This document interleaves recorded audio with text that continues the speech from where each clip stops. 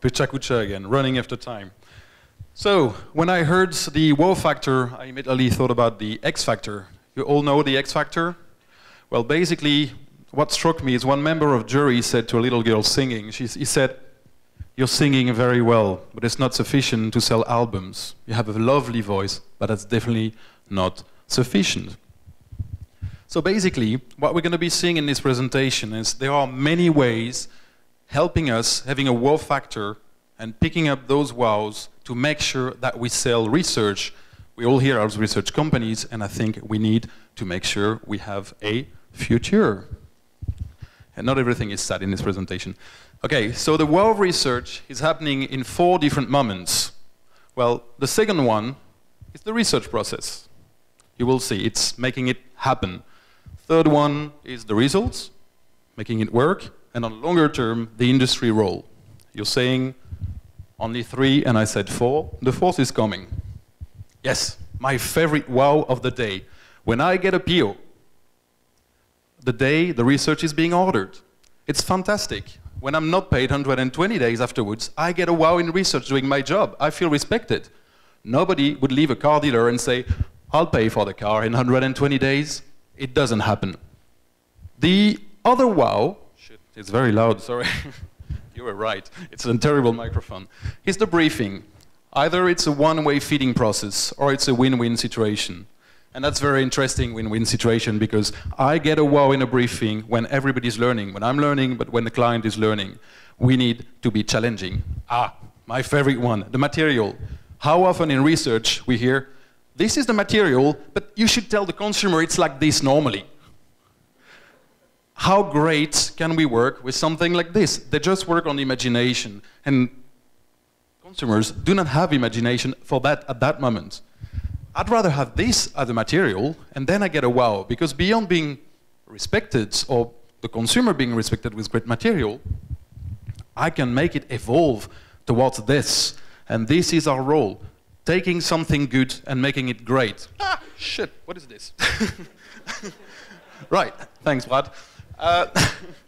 This is very interactive. The other wow is the research process in the analysis. I like like Christopher Columbus, you know, if I'm discovering things, this is amazing. When I feel that I'm seeing things faster or before anybody else, this is this discovery process. That makes me a wow. That actually makes my day.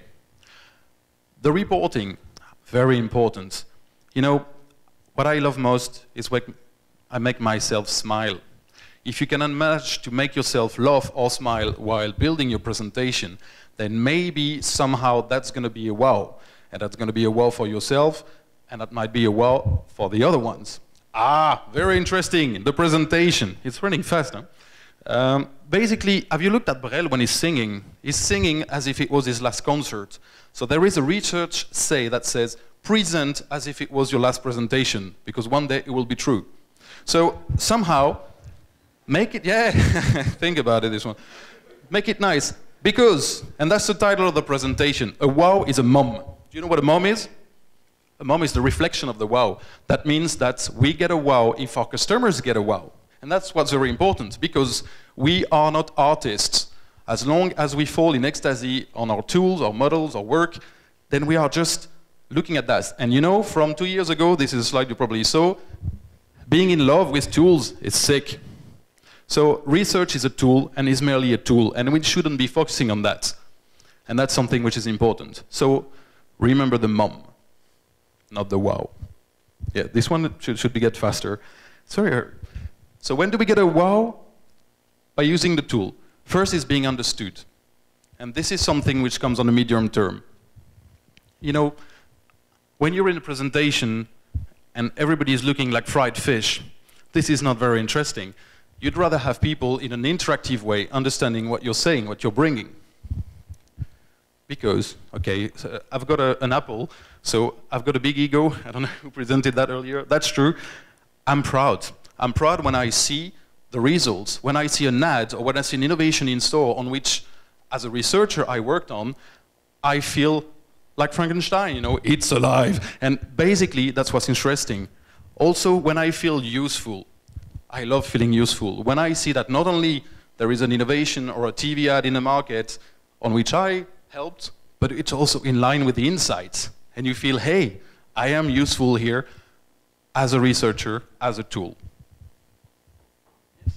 And now comes the longer term, because in the end, you have a choice of ending up in a bin or in a cupboard, for the best, or being a tool that's going to be used.